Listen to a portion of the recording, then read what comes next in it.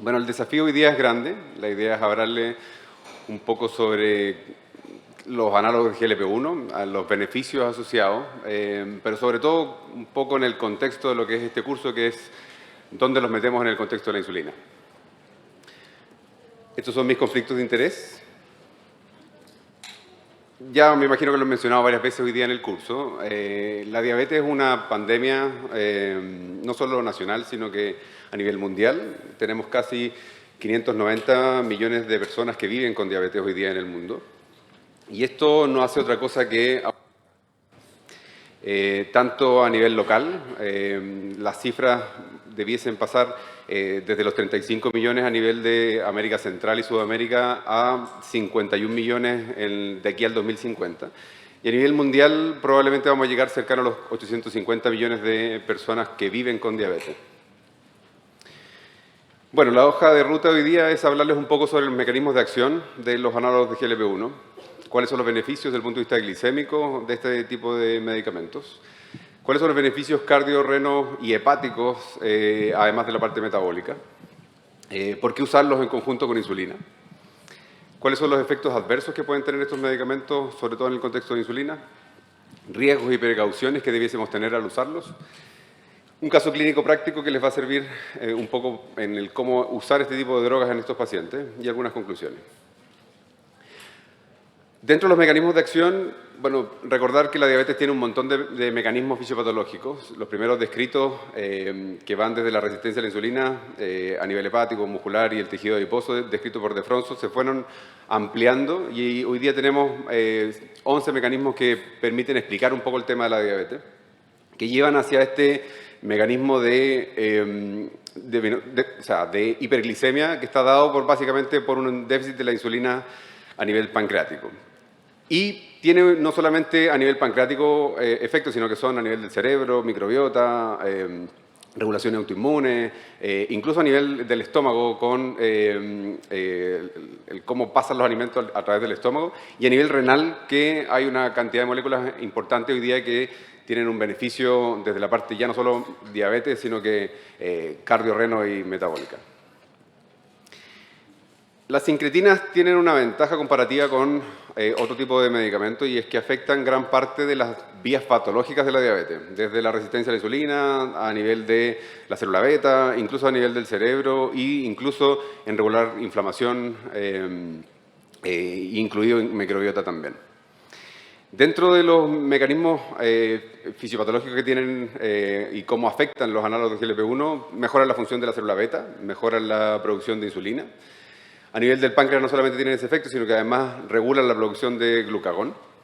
A nivel del hígado disminuyen la producción de neoglucogénesis, mejoran la sensibilidad a insulina, disminuyen la lipogénesis de nuevo y mejoran la estatosis, que es una de las cosas que últimamente se han mostrado muchos beneficios desde esa línea con los análogos de GLP-1.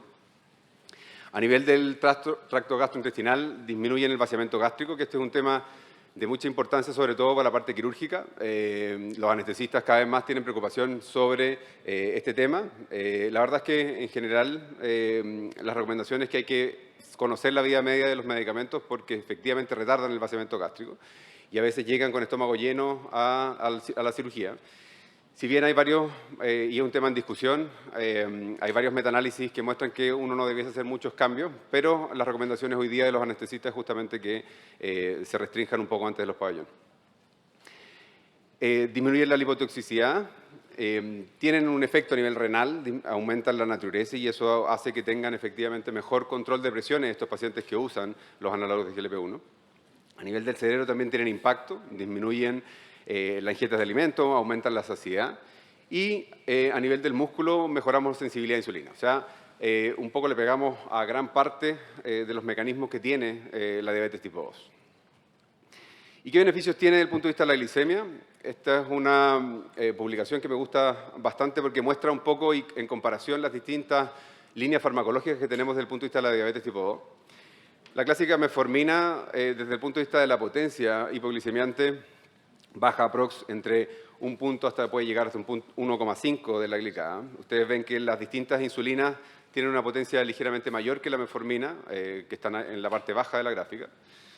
Y cuando empezamos a mirar sulfonilurea, un poco en esa misma línea, las glitazonas, que hoy día no tenemos ninguna disponible en Chile, los inhibidores de PP4 con una potencia menor que estas drogas anteriores, después los inhibidores de CGLT2, que efectivamente tienen también un poco menos potencia que los que es metformina e insulinas, y toda esta línea farmacológica de los análogos de GLP-1 que efectivamente son drogas bastante más potentes. Ustedes ven los porcentajes de baja pueden llegar hasta 1,6, incluso un poco más, de baja en hemoglobina glicada, y más aún cuando estamos hablando de terapias duales. O sea, los análogos de GLP-1-GIP efectivamente son más potentes aún que los análogos de GLP-1. Cuando uno compara estas drogas con otros medicamentos, en la parte central de la gráfica, ustedes pueden ver comparado contra antidiabéticos orales, y efectivamente en las dosis más bajas de semaglutide se logran mejores metas desde el punto de vista de hemoglobina glicada que los antidiabéticos orales.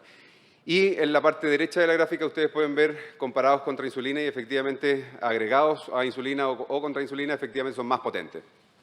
Ahora, tienen además una ventaja comparativa que logran alcanzar las metas en mayor porcentaje y sin hipoglicemias severas o sintomáticas. Y además asociado a no tener ganancia de peso, que es una de las ventajas importantes que tienen estas drogas. Cuando uno mira el control glicémico con semaglutide oral es exactamente igual, o sea, tenemos mejoría desde el punto de vista de comparativos con antidiabéticos orales, y cuando uno mira en el Pioneer 8, contra insulina es exactamente, o sea, pacientes que usan insulina tienen mejoría del control glicémico gracias al estar usando estos medicamentos. El manejo de la diabetes ha ido cambiando en los últimos años. Lo que inicialmente se enseñaba de la diabetes era bajemos la glicemia porque con eso vamos a tener subrogadamente mejor control de todas las otras cosas. Y lo que se creía hasta los años 2006, 2007, que empezaron a aparecer algunos estudios que mostraron que cuando uno llevaba a los pacientes de control más estricto aumentaba el riesgo cardiovascular, hizo que esa era, hasta el 2009, que era entre más bajo mejor, cambiara. Ya desde el año 2015 en adelante, no solamente era bajar glicemia, sino que bajarla de mejor manera, sin, ojalá, hipoglicemia y ojalá sin ganancia de peso. Porque lo que pasaba en los estudios previos era que los llevábamos hacia terapias intensificadas, aumentaban peso y esos pacientes aumentaban su riesgo cardiovascular. Entonces, una de las cosas que importaba no solamente era bajar la glicemia, sino que bajarla de manera segura y idealmente sin ganar peso. Y desde este cambio que hubo con los estudios Advanced ACOR en los años 2007-2008, la FDA empezó a pedirle a los medicamentos en diabetes, todo lo que se produce hoy día en diabetes, estudios de seguridad cardiovascular. Y eso cambió rotundamente el abordaje de la diabetes, porque lo que empezó a pasar es que empezaron a mostrar algunos medicamentos que tenían ya no solamente seguridad cardiovascular, sino que además beneficio cardiovascular. Y eso hizo que las guías tanto europeas como americanas, de la diabetes en el año 2018 hacia adelante, fue cambiar un poco el manejo. Y hoy día ya no solamente hablamos desde un control glicémico, sino que además estamos hablando de un control que es cardiorreno-metabólico. Y eso ha cambiado un poco el enfoque, ha ido haciendo incluso que la metformina quede media relegada, porque la verdad es que uno empieza a categorizar a los pacientes dependiendo de su riesgo y los aborda desde esa línea. Y yendo un poquito más allá, la Asociación Americana del Corazón, la AHA, hoy día habla de esta enfermedad cardiorreno-metabólica y las distintas etapas que tiene. Desde una disfunción del tejido adiposo en una etapa inicial, cuando ya tenemos factores metabólicos asociados en una etapa 2, en los cuales ya empieza a aparecer daño renal, hipertensión, diabetes, síndrome metabólico, y cuando ya pasamos a una etapa 3, que estamos hablando de una etapa subclínica desde el punto de vista de la aterosclerosis, y finalmente la etapa 4, cuando ya tenemos falla cardíaca, stroke o enfermedades establecidas. Y en esa misma línea, entonces, los análogos de GLP-1 tienen algunos beneficios comparativos. Este es un metaanálisis hecho publicado en el Lancet, de este año, que tiene una particularidad, y es que incluye los últimos estudios, incluido el FLOW, que es un estudio hecho en pacientes renales con semaglutide. Y ustedes pueden ver que en este triple MACE, que es básicamente muerte cardiovascular, infarto no fatal y ACV no fatal, Tenemos beneficios en cualquiera de estos medicamentos y el overall de estas drogas es que efectivamente disminuyen el MACE. E incluso, un poquito más allá, ustedes pueden ver al final de la gráfica, en el estudio SELECT, que es hecho en pacientes sin diabetes, tenemos beneficios cardiovasculares asociados en disminuir el MACE en pacientes que son no diabéticos. Si uno los separa, la muerte cardiovascular tiene estos beneficios asociados. Hay algunas drogas que tienen un poquito más que otras, pero el beneficio total es que efectivamente es favorable hacia el uso de este tipo de medicamentos. En infarto no fatal pasa exactamente lo mismo, tenemos beneficios del uso de análogos GLP-1, y en stroke no fatal lo mismo, o sea, el MACE separado, incluido cada uno de ellos por separado, tienen beneficios desde el punto de vista cardiovascular. E incluso un poquito más allá, si uno mira las hospitalizaciones por insuficiencia cardíaca en pacientes que usan análogos de GLP-1 son menores y mortalidad por cualquier causa también es menor. O sea, estamos yendo un poco más allá y estamos usando medicamentos que además son modificadores de la enfermedad. Ahora, uno de los análisis interesantes de este estudio es que el beneficio es independiente del sexo, es independiente de la edad, es independiente del IMC con el que estén los pacientes previo al uso. Y es independiente de la función renal, que es una cosa importante que hemos visto en el último estudio en el flow de la parte renal. Pero sí existe alguna diferencia en aquellos análogos que son basados en exendina. Los primeros análogos se sacaban de la salida del monstruo de Guila, que es donde se sacó esta exendina 4. Y tiene una similitud con GLP-1 nativo que es mucho más baja que los análogos recombinantes, que se acercan cercano al 98%. Y efectivamente aquellos que son análogos recombinantes tienen mejoría desde el punto de vista del riesgo cardiovascular.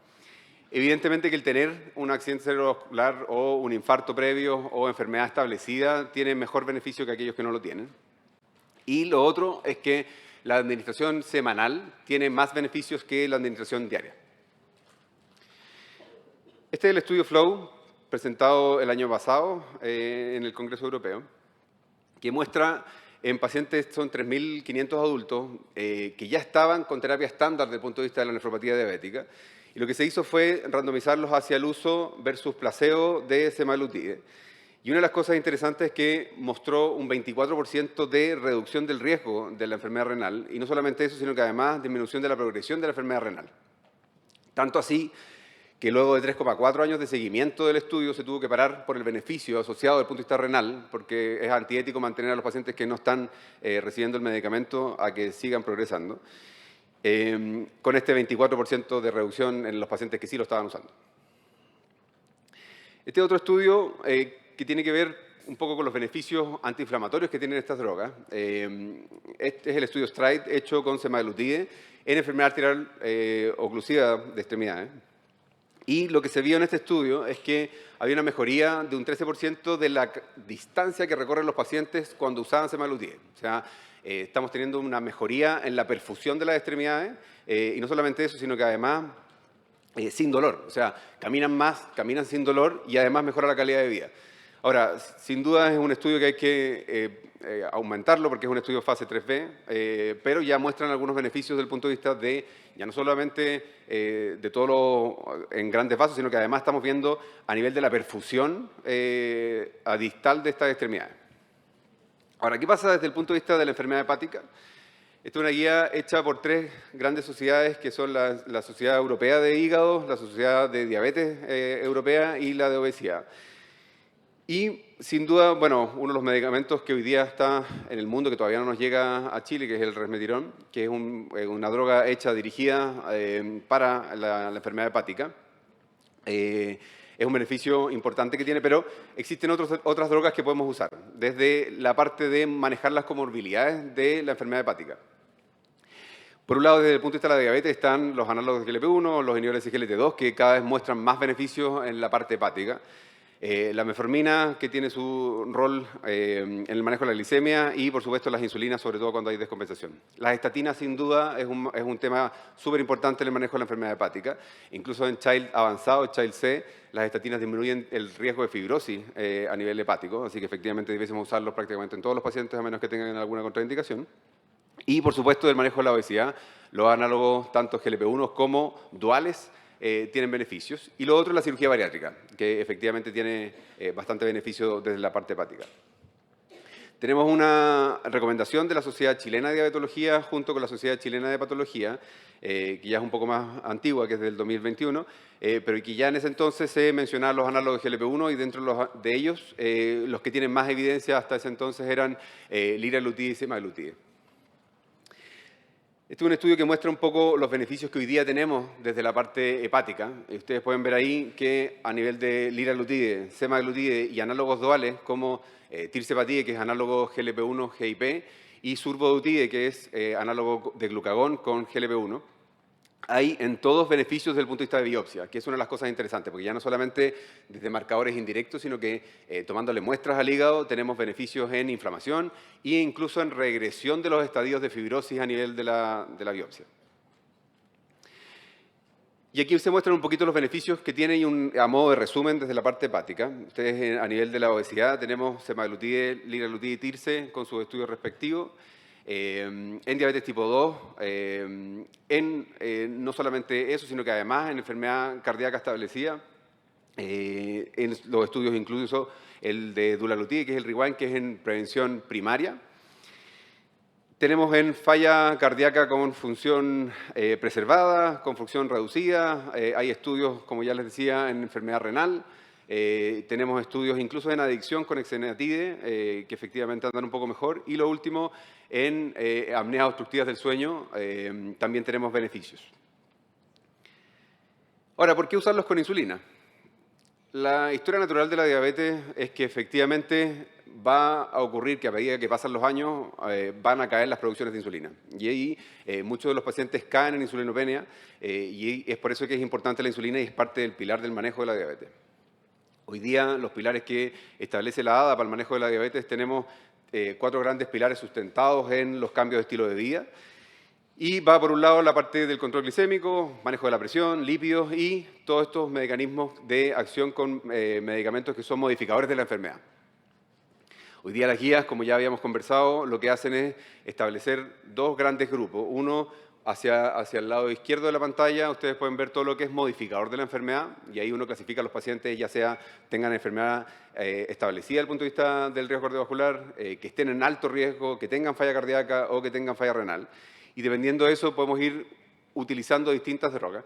Y hacia el lado derecho ustedes pueden ver todo lo que tiene que ver con alcanzar las metas.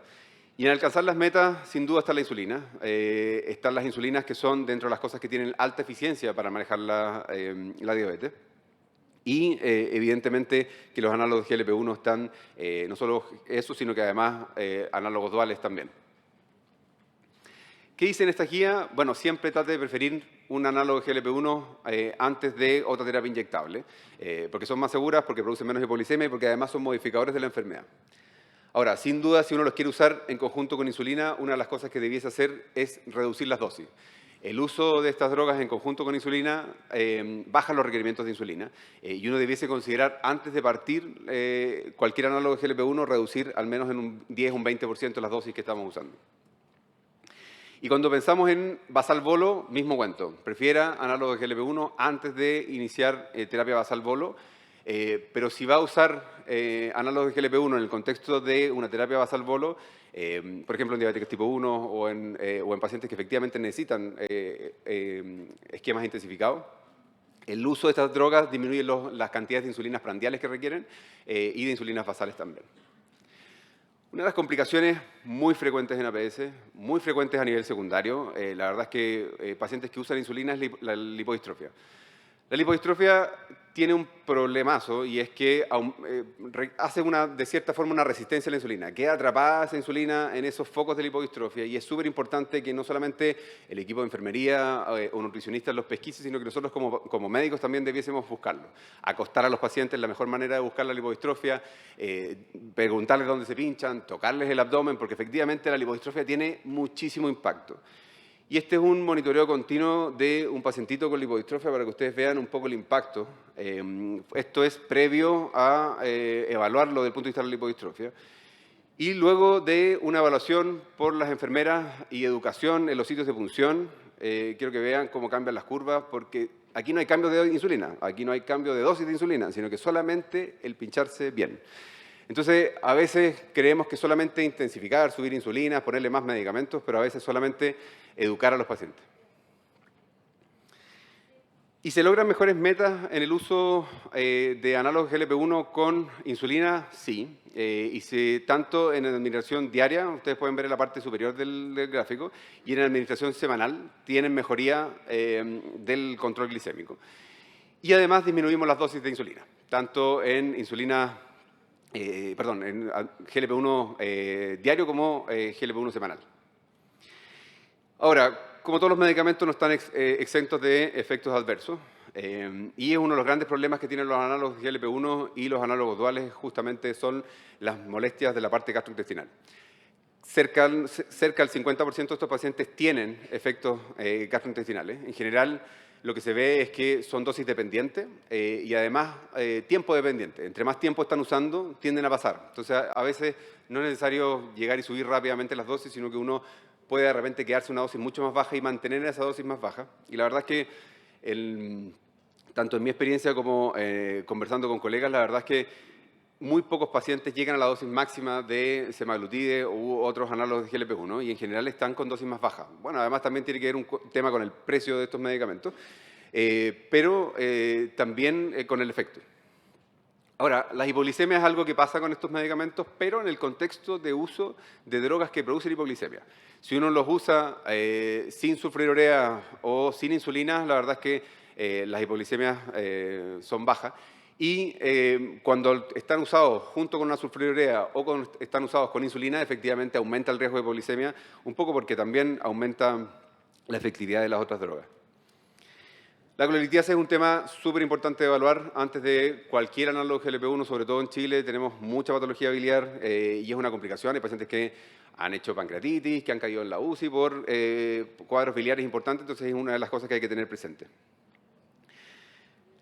Otra de las cosas importantes son las pancreatitis. Es importante preguntar efectivamente sobre las pancreatitis. No sirve mucho ser amilasa y lipasa porque la verdad es que los grupos que hacen pancreatitis no tienen un correlato con la lipasa y la amilasa. Y los pacientes, muchos de ellos elevan a amilasa y lipasa y eso no es un correlato con que si vayan a hacer o no pancreatitis. Así que no sirve mucho tampoco estar midiendo, les van a salir probablemente altas. Y los pacientes se van a asustar, ustedes se van a asustar y la verdad es que no van a llegar a mucho porque tampoco van a prevenir las pancreatitis. Sirve más preguntarle a los pacientes si han hecho pancreatitis, si han hecho pancreatitis de repetición, eso es más útil.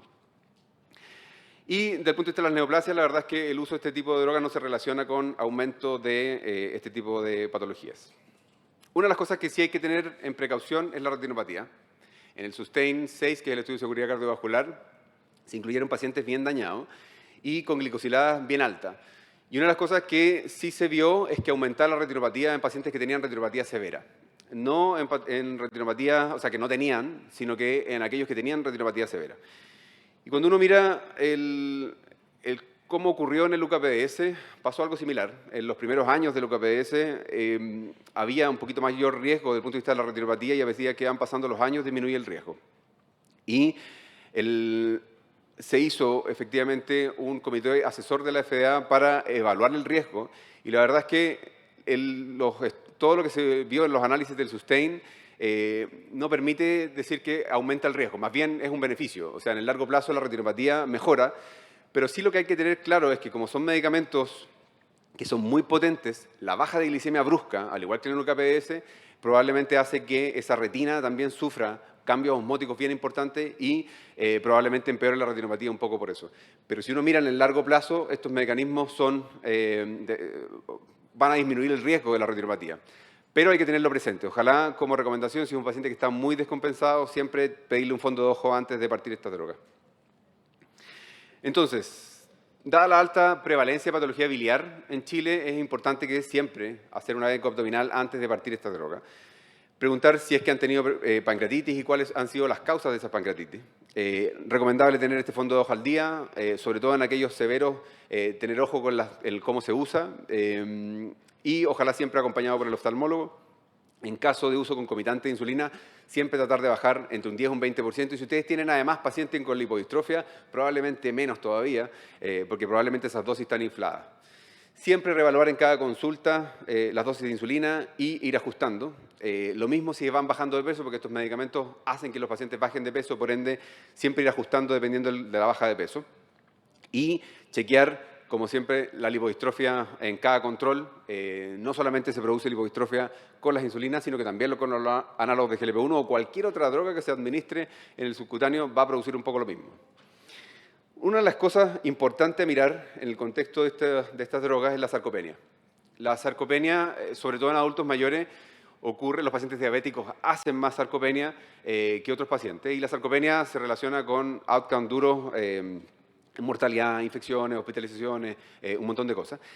Hay maneras de evaluarlo fácil en la consulta, con dinamómetros, con el test de pararse de la silla, con caminata. Hay varias maneras de evaluar sarcopenia fácil en la consulta, medir la pantorrilla.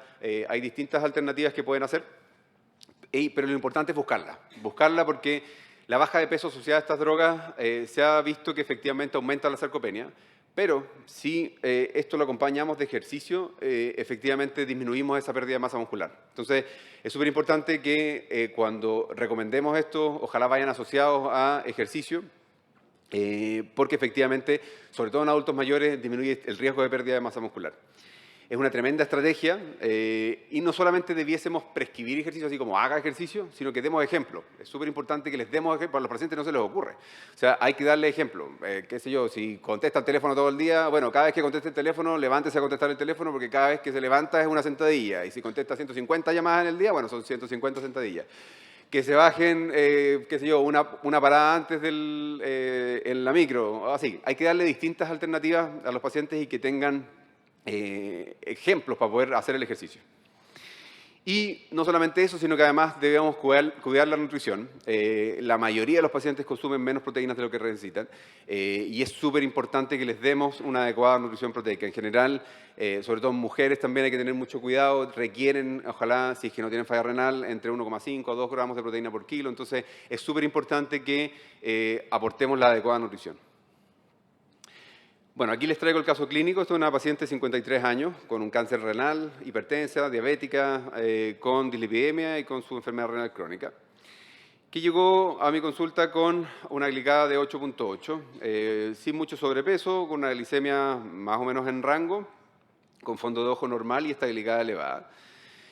Y ustedes pueden ver, este es el control glicémico de ella, con glicemia en las mañanas más o menos decente, el resto del día más descontrolada, aquí hay otros días, y con estas métricas.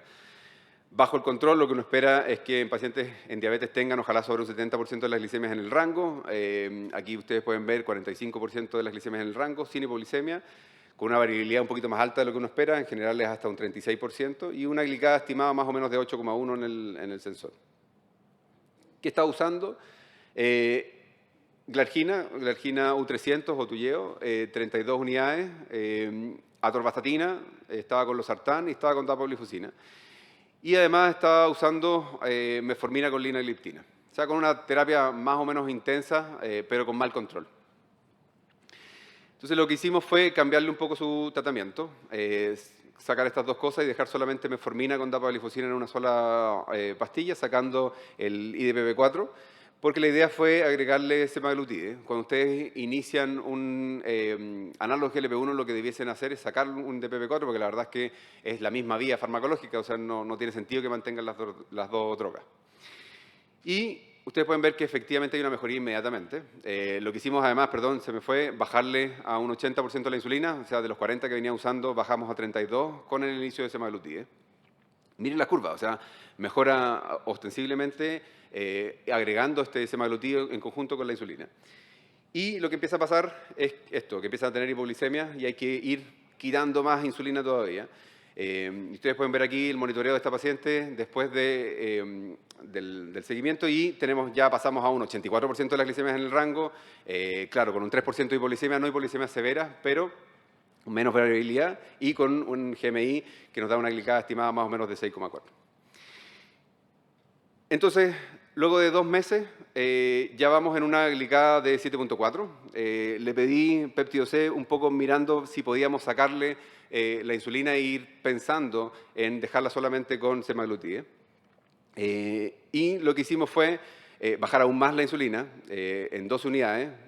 Y lo que pasó efectivamente es que seguíamos haciendo hipoglicemia. Ustedes pueden ver que en la madrugada sigue haciendo esas hipoglicemias con una curva muy tendiente hacia las hipo.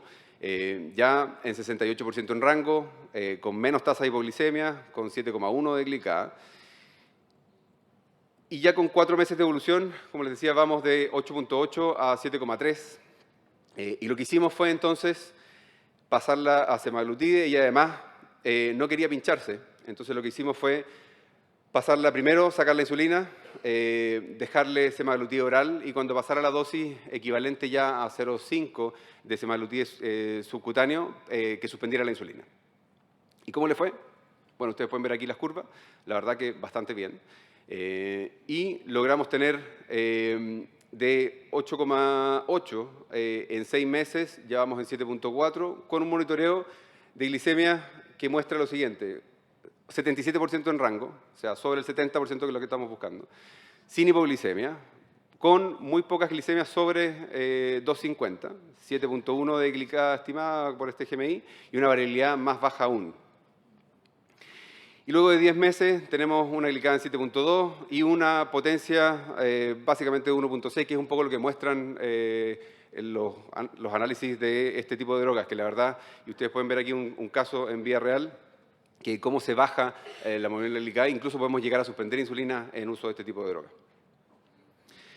Bueno, los análogos GLP-1 tienen un mecanismo de acción que les permite abordar distintas vías patológicas, siendo una terapia un poquito más integral. Tiene una potencia que es superior a otras familias farmacológicas. Hoy día el enfrentamiento de la diabetes ya no es glucocéntrico, es cardiorreno, y a mí me gusta incluirle hepato metabólico porque la verdad es que esto probablemente va a ampliarse hacia lo hepático. Y debiese ser hoy día lo que debiésemos pensar, sobre todo en pacientes que tienen otras comorbilidades. Y por ende debiésemos tratar de elegir, ojalá, drogas que sean modificadoras de la enfermedad. En ese sentido, los análogos de GLP-1 tienen beneficios demostrados de la parte cardiorreno-hepato-metabólica. Pero sin duda la insulina es una parte esencial del manejo de la diabetes, sobre todo en etapas avanzadas de la diabetes. Y es importante tener presente que cuando se usen este tipo de drogas, ojalá preferirlos ante insulinas, pero si vamos a usarlo en conjunto con insulina hay que disminuir las dosis.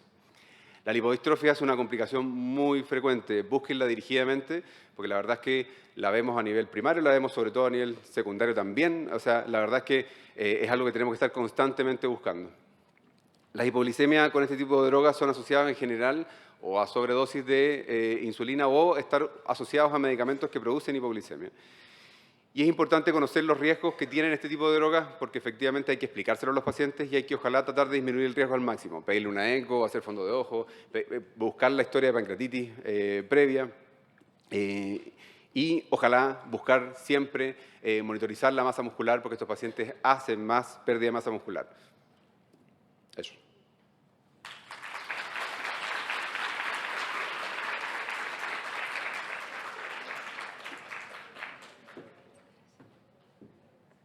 Muchas gracias, David.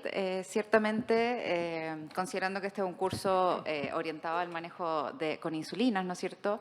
Acá tenemos un medicamento que puede usarse de manera concomitante, con muy buenos resultados, siempre y cuando nosotros estemos muy atentos, como decía el doctor, a este ajuste de dosis. Tenemos algunos minutos disponibles por si alguien tuviera consultas, así que dejamos los micrófonos de pasillo abiertos.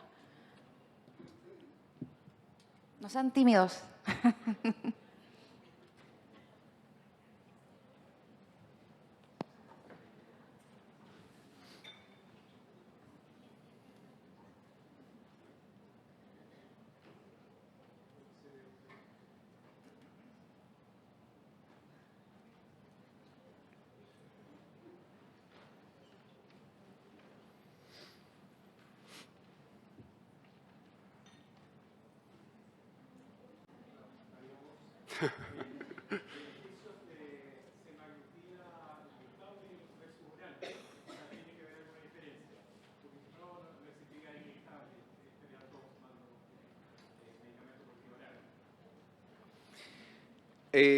A ver, lo que pasa es que el oral aparece después. Los análogos de GLP-1, los primeros siempre han sido inyectables. ¿Qué es lo que pasa? Que semaglutide es un péptido, es una proteína. Entonces, la verdad es que la absorción intestinal, al igual que cualquier proteína, se desintegra primero y después efectivamente se absorben y se vuelven a sintetizar como cualquier proteína. La dificultad que tiene de tener estas drogas disponibles a nivel plasmático desde la vía oral es un poco lo innovador de tener drogas hoy día que podamos absorberlas por vía gástrica. Semaglutida oral tiene una cosa que se llama SNAC, que es una sigla que es impronunciable, pero básicamente lo que hace es como hacer que el estómago se permeabilice la membrana, de manera que el péptido completo pasa vía gástrica. La verdad es que semaglutida oral es la misma droga, producida por el mismo laboratorio. Es una vía de administración distinta. Entonces, no debiésemos tener muchas diferencias. Ahora, lo que a mí me pasa un poco en mi experiencia es que las dosis no son equivalentes, a pesar de que aquí se van a enojar un poco, pero el laboratorio dice que sí son equivalentes entre 0,25 y 3 miligramos. La verdad es que, en mi caso, la verdad es que en general tienden a estar un poquito pasadas las dosis y en general para uno lograr los efectos subcutáneos requiere un poquito más vía oral. Ahora, hay trials andando en manejo de obesidad, en distintas cosas que están todos andando. En manejo de obesidad, hoy día hay algunos estudios hechos con semaglutida en dosis de 25 y 50 que están todavía andando. Entonces, claro, lo que uno esperaría es que efectivamente la respuesta sea la misma, ¿ya? Porque es la misma droga. Ahora, en temas de peso, lo que se ve es que son un poquito más bajas las respuestas, pero probablemente tenga que ver con esto, porque todavía los niveles que se supone que los estudios son exactamente comparables, los niveles plasmáticos, pero la verdad es que lo que uno ve en la práctica es que suele ser un poco menor, ¿ya? Ahora, la verdad es que yo creo que el camino va para allá. Cada vez tenemos más drogas y no solamente semaglutida, sino que se vienen otros análogos duales y otros que están en estudio, que están hoy día en investigación. Entonces, va para allá el camino. Yo creo que tiene que ver con eso. Cada vez más y los pacientes mismos no quieren pincharse. Entonces, es una muy buena noticia que tengamos hoy día drogas que se pueden absorber por vía gástrica. Y mi esperanza es que ojalá tengamos insulina así. O sea, que logremos tener insulina de la misma manera. Sería ideal. Hola, buenas tardes. Un poco en respuesta a algo que el doctor preguntó, ¿tienen igual eficacia cardiovascular? Que creo que es importante decirlo. Sí. El oral o el inyectable, ambos tienen seguridad cardiovascular, que era como una duda que al principio teníamos, pero ya tienen su estudio y son igual de protectores. Doctor, mi pregunta es, ¿qué opina acerca de tomar ecografía tiroidea? Acuérdese que un warning que hubo acerca de cáncer medular de tiroides. Sí. Si hay antecedente, por ejemplo, de cáncer en la familia, en general yo trato de que traigan qué tipo fue, pero a veces la gente no puede adivinar qué tipo de cáncer, no tiene la biopsia. ¿Lo usaría? ¿No lo usaría? ¿Le pediría ecografía tiroidea? No. Y la segunda, es que son varias cosas. Si en la ecografía le ve nódulos en el páncreas, porque ese es otro mini warning, que ya uno le vio un nódulo en el páncreas, el paciente no tiene historia de pancreatitis, pero igual uno le encuentra ahí alguna cosa, ¿lo usaría, no lo usaría? ¿Qué recomendaciones? Respecto a la patología tiroidea, es una tremenda pregunta. La verdad es que cada vez más es menos el riesgo. Esto fue descrito en ratones, era el cáncer medular de tiroides el que efectivamente estaba más descrito en ratones. En humanos no se ha visto lo mismo. Hay un estudio en Francia que tiene una metodología que está mal hecha, porque básicamente es un estudio retrospectivo que agarró pacientes que tenían cánceres y les preguntó para atrás si usaban o no usaban analógicos GLP-1 y no se puede establecer causalidad en un estudio retrospectivo de esas características. No hay hasta ahora nada descrito que aumente el riesgo de cáncer de tiroides. Ahora, la ecotiroidea, si uno le hace ecotiroidea a los que están aquí en la sala, probablemente la mitad va a tener algo en la ecotiroidea, ¿ya? Sí. Efectivamente, eso podría ser un pero. Ahora, si uno quiere sacarse un poco el fantasma, lo que puede hacer es pedir las eco y saber que esto es lo que tenía antes, pero sabiendo que efectivamente esto no va a pasar nada después. Pero la mayoría de los metaanálisis muestran que efectivamente no aumenta el riesgo. Entonces, es algo que uno se puede quedar tranquilo. Lo que uno sí tiene que preguntar es probablemente el cáncer medular de tiroides, que es como el que está más en riesgo, pero los otros cánceres la verdad es que no. Respecto, la otra pregunta era, a nivel pancreático, sí. La verdad es que los metaanálisis muestran que todos los cánceres disminuyen, ¿ya? O sea, la verdad es que el uso de este tipo de medicamentos en patologías, incluida la pancreática, la verdad es que es menor. Sí, en general, si uno tiene el riesgo de historia pancreatitis o hay imágenes que muestren ligera inflamación, uno lo usa con mucha cautela. Igual que cualquier DPP4, la verdad es que hay que tenerle cautela porque tienden a inflamar ligeramente el páncreas, entonces hay que tenerle un poquito de cautela, ¿ya? Fuera de eso, nosotros hemos usado pacientes, por ejemplo, que tienen tumores pancreáticos que requieren cirugía, en pacientes muy obesos que no hemos logrado meterlos a pabellón. Lo que hemos hecho es usar efectivamente semaglutide para poder meterlos a pabellón y operarlos finalmente de su cirugía pancreática. O sea, la verdad es que tengo experiencia en uso, la verdad es que no han andado mal y la verdad es que los metaanálisis muestran que no hay aumento del riesgo. ¿Y habría que tomarle una ecografía de control después o...? ¿De cuál? De ecografía abdominal. No nada. debiese. No debiese. Ahora, en general, las ECO son un mal examen para mirar tumores pancreáticos. O sea, uno debiese pensar o en un escáner trifásico o idealmente una resonancia de páncreas, si uno quiere estar buscando el riesgo como dirigido hacia el páncreas. Ya. Y un último comentario respecto al ejercicio para sarcopenia. Me imagino que recomienda ejercicios más de fuerza muscular, ¿no? Pesas, porque no da lo mismo que el paciente diga que camina 10 cuadras, porque acordémonos que causa un poco de sarcopenia. Perder peso ya causa sarcopenia y usar el medicamento también. Entonces yo creo que respecto al ejercicio, ¿qué recomendaría para empezar a hacer ejercicios de fuerza muscular? Varias cosas. En general, cuando hablan de las caminatas y que efectivamente hacen caminatas, yo lo que hago a los pacientes es que les digo, ok, pero a ver, llevémoslo a números. Muéstrame el celular porque todos los celulares tienen cuentapasos y dígame, ¿cuántos pasos está caminando? Y llevémoslos a eso. O sea, sí, no es que yo me muevo todos los días, bueno, llevémoslo a 7.000 pasos, 10.000 pasos y que efectivamente sea algo que podamos medir. Respecto a las recomendaciones de ejercicio, en general lo que hago es darles distintos tips. A veces pueden hacer ejercicio con una bolsa de arroz, cosas que son simples en la casa. Una de las cosas que a mí me gusta recomendar harto es el TRX, que son unas bandas que se cuelgan de todos lados, que las pueden colgar en la puerta del dormitorio, les permiten hacer distintos tipos de ejercicio y además se regulan en distancia. Entonces son baratos, hay equipos de TRX, 6, 7 mil pesos y que los pueden hacer todos, hay aplicaciones para el teléfono, hay varias cosas y además regulan la intensidad. Son súper completos, les permite hacer distintas cosas. Pero en general lo que uno tiene que hacer es darle ejemplo. Y lo que yo hago es primero escucharlos, ver cuál es su estilo de vida y ahí lo que hago es irle haciendo recomendaciones dependiendo de eso. Entonces les voy dando distintos ejemplos, qué sé yo, que pasen al perro o lo que sea. Uno les puede dar distintas alternativas. Pero en general, si es alguien, un poco lo que decía el doctor en el módulo anterior, que si es alguien que no se mueve, que se mueva. Después entramos a discutir qué cosa puede ser mejor o no, si hacemos el ejercicio en la mañana, si lo hacemos en la tarde, pero primero que se mueva. Y una vez que ya se mueve, bueno, vamos mejorando. Y vamos en cada consulta, bueno, ¿cuánto está haciendo de ejercicio? Y ojalá prescribirlo tal cual como una receta, o sea, así a mano. Muchas gracias.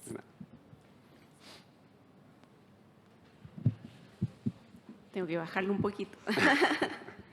Una consulta, doctor, en relación a los efectos adversos, que es como un mito, y es verdad en realidad, de estos medicamentos, pero ¿cómo lo maneja usted en su experiencia? Respecto a lo, me imagino que son los gastrointestinales. Sí. La parte gastrointestinal en general, como les decía, son dosis respuesta. O sea, muchas veces si uno está pasando de una dosis de 0,25 a 0,5 y empieza con molestia, lo que uno puede hacer es bajar y volver a quedarse en una dosis más baja. Ahora, en general, una de las grandes cosas que produce es náusea, y las náuseas suele ser por ayuno prolongado. Suele pasar con estos medicamentos que los pacientes dejan de comer y se saltan muchas comidas justamente porque no tienen apetito. Y el fraccionar los alimentos y comer más veces en el día les disminuye esas náuseas. Entonces, muchas veces, de hecho, siempre se reclaman que en la mañana andan con más náusea y justamente tiene que ver con el ayuno de la noche. Entonces, lo que uno les puede sugerir es que en la noche tengan alguna colación y ojalá tomar desayuno temprano y además fraccionar las comidas durante el día.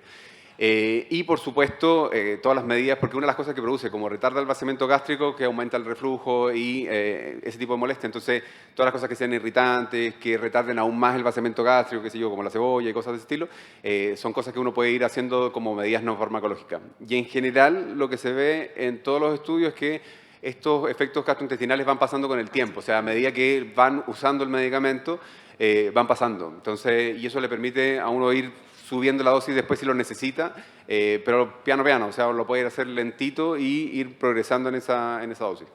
Ok, muchas gracias. De nada.